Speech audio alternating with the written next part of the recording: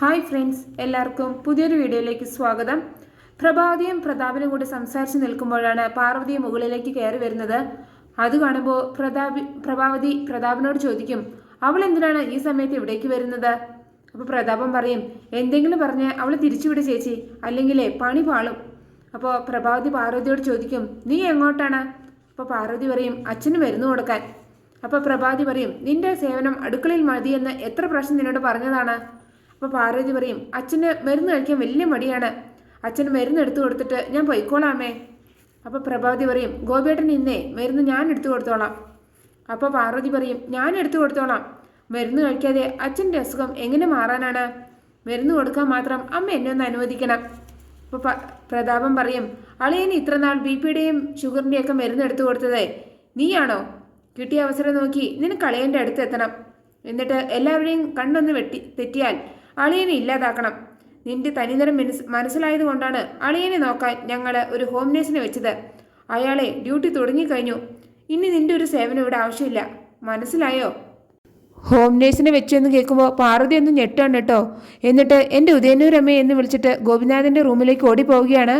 പ്രഭാവതിയും പ്രതാപനും പാർവതിയെ തടയാൻ നോക്കുന്നുണ്ടെങ്കിലും പാർവതി പ്രഭാവതിയൊക്കെ തട്ടി മാറ്റിയിട്ട് അച്ഛൻ്റെ മുറിയിലേക്ക് ഓടിപ്പോവുകയാണ്. ആ സമയം ആ ഹോം നേഴ്സ് ഗോപിനാഥനെ ഇഞ്ചക്ഷൻ ചെയ്യാൻ തുടങ്ങുമായിരുന്നു കേട്ടോ.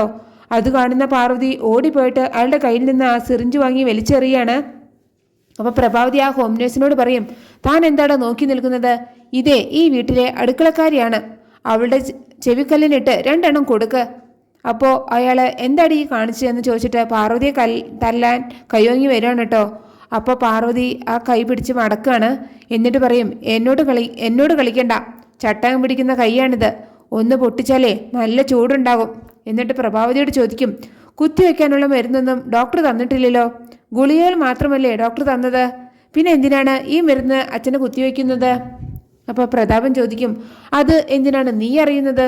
അപ്പോൾ പ്രഭാവതി പറയും, വേണ്ട പ്രതാപ, മറുപടി പറയാതിരുന്നാലേ ഇവളെല്ലാവരോടും പറയുന്നത് വേറെ കഥയായിരിക്കും. ഈ മരുന്ന് എന്തിനാണ് കുത്തിവെക്കുന്നത് എന്നല്ലേ, ഇത് ഡോക്ടറുടെ നമ്പറാണ്, നീ തന്നെ വിളിച്ചു ചോദിക്കുക എന്ന് പറഞ്ഞിട്ട് ഫോണിലെ ഡോക്ടറുടെ നമ്പർ കാണിച്ചു കൊടുക്കുകയാണ്.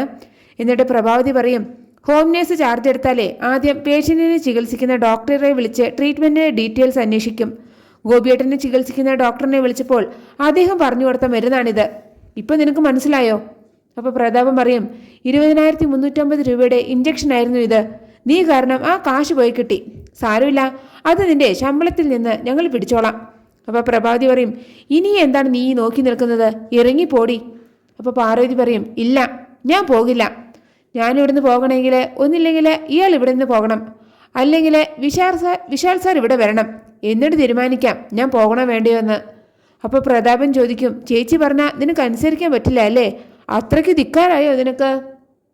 അപ്പോൾ പാർവതി പറയും, ധിക്കാരൊന്നുമല്ല, അത് അധികാരം. ഈ കുടുംബത്തിൽ എന്ത് നടക്കണം നടക്കണ്ട എന്ന് തീരുമാനിക്കാനുള്ള അധികാരം. ആ അധികാരം ഉപയോഗിച്ച് ഞാൻ പറയുകയാണ്, ഇയാളെ ഇവിടെ നിന്ന് പറഞ്ഞു വിട്ടില്ലെങ്കിൽ ഇവിടെ നടക്കാൻ പോകുന്ന കഥ തന്നെ വേറെയായിരിക്കും. ഇത് കേൾക്കുമ്പോൾ ഹോം നേഴ്സ് വിചാരിക്കും, ഇനി ഇവിടെ നിന്നാൽ പണിയാവും. എന്നിട്ട് പ്രഭാവതിയോട് പറയും, മേഡം, ഇപ്പോൾ കാര്യങ്ങളൊക്കെ എനിക്ക് ഏകദേശം മനസ്സിലായി. ഇത്രയ്ക്ക് അധികാരമുള്ള ഒരാൾ ഈ വീട്ടിലുള്ളപ്പോൾ അവർ പറയുന്നത് അനുസരിക്കുന്നതാണ് ശരി, അതുകൊണ്ട് ഞാൻ ഇറങ്ങുന്നു എന്ന് പറഞ്ഞിട്ട് അയാൾ അവിടെ നിന്ന് വേഗം പോവുകയാണ് കേട്ടോ. അപ്പോൾ പ്രഭാവതി പോയിട്ട് ആ മരുന്ന് സിറിഞ്ച് എടുക്കുകയാണ്. എന്നിട്ട് പാർവതിയോട് പറയും, ഇതിന് നീ അനുഭവിക്കും, ഇത് പറയുന്നത് പ്രഭാവതിയാണ്. അപ്പോൾ പാർവതി പറയും, ഞാൻ അനുഭവിച്ചുകൊണ്ടിരിക്കുകയല്ലേ അമ്മേ, ഇതിൽ കൂടുതൽ നീ എന്ത് അനുഭവിക്കാനാണ്? അപ്പോൾ പ്രഭാവതി ദേഷ്യത്തോടെ പ്രതാപനെ വിളിച്ച് റൂമിൽ നിന്ന് ഇറങ്ങി പോവാണ് കേട്ടോ. അപ്പോൾ പാർവതി ഗോപിനാഥനോട് പറയും, അച്ഛൻ പേടിക്കണ്ട, അച്ഛൻ്റെ ജീവനെ കാവലായിട്ട് ഈ പാർവതി എന്നും ഉണ്ടാകും, അച്ഛൻ വിഷമിക്കണ്ട എന്ന് പറഞ്ഞിട്ട് അദ്ദേഹത്തിന് കഴിക്കാൻ മരുന്ന് എടുത്തു കൊടുക്കുകയാണ് കേട്ടോ. പിന്നെ കുറച്ച് കഴിഞ്ഞിട്ട് പാർവതി വീണ്ടും ഗോപിനാഥൻ്റെ അടുത്തേക്ക് വരികയാണ്.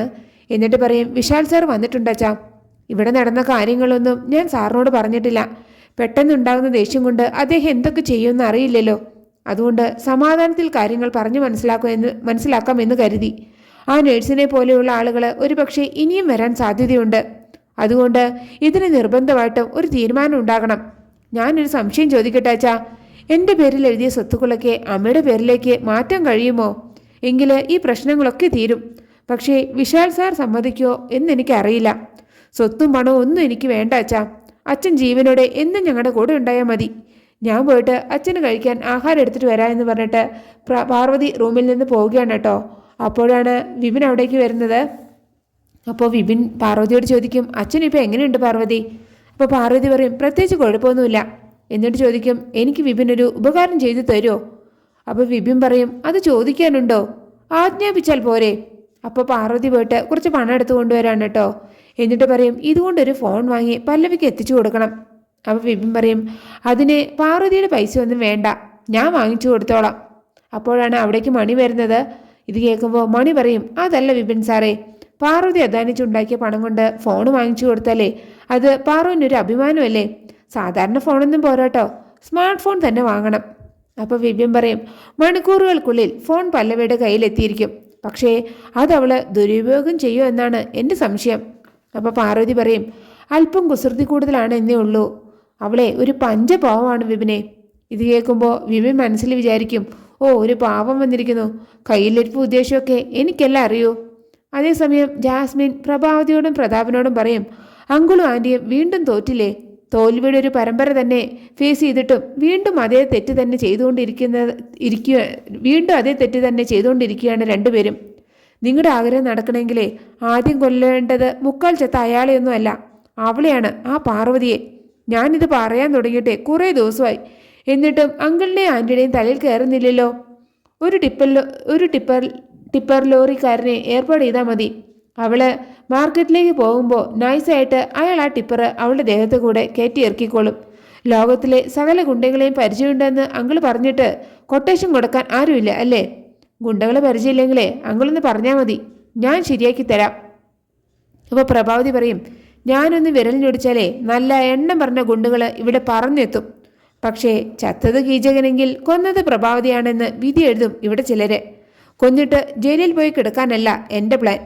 എൻ്റെ മനസ്സിൽ കൃത്യമായൊരു പ്ലാനുണ്ട്. അവിടെ വരെ കാര്യങ്ങൾ എത്തിക്കാൻ എനിക്ക് അവളെ കൊല്ലണമെന്നൊന്നുമില്ല. ചാടി വീണ് അലമുണ്ടാക്കാതിരിക്കാൻ ഒന്ന് നോക്കിയാൽ മതി. അപ്പോൾ പ്രതാപം പറയും, അതിനെ അവൾ നമ്മളോട് പറഞ്ഞിട്ടാണോ ചേച്ചി അലമുണ്ടാക്കാൻ വരുന്നത്? അവൾ അടുക്കളയിലും നമ്മൾ ഗോപിയേട്ടൻ്റെ അടുത്തുമായിരുന്നു. ആ ഹോം നേഴ്സ് അളിയൻ്റെ കയ്യിലേക്ക് ആ സിറിഞ്ച് കുത്തി ഇറക്കാൻ തുടങ്ങുമ്പോഴാണ് അവൾ വന്നത്, ആരോ പറഞ്ഞു വിട്ടതുപോലെ. ഇത് കേൾക്കുമ്പോൾ പ്രഭാവതി പറയും, പോലെയല്ല, അവളെ പറഞ്ഞു വിട്ടതാണെങ്കിലോ? ഇത് കേൾക്കുമ്പോൾ ജാസ്മിൻ ഒന്ന് ഞെട്ടുകയാണ് കേട്ടോ. എന്നിട്ട് ചോദിക്കും, ആരാ ആൻറ്റി അവൾ ആ സമയത്ത് അവിടേക്ക് പറഞ്ഞു വിടുന്നത്? ഇത് കേൾക്കുമ്പോൾ പ്രഭാവതി ആലോചിച്ച് നിൽക്കുകയാണ്. അങ്ങനെയാണ് ഈ എപ്പിസോഡ് അവസാനിക്കുന്നത്. നിങ്ങൾക്ക് എൻ്റെ റിവ്യൂ ഇഷ്ടമായാൽ മറക്കാതെ എല്ലാവരും ഒരു ലൈക്കും സബ്സ്ക്രൈബും തന്ന് എന്നെ ഒന്ന് സപ്പോർട്ട് ചെയ്യണേ പ്ലീസ്.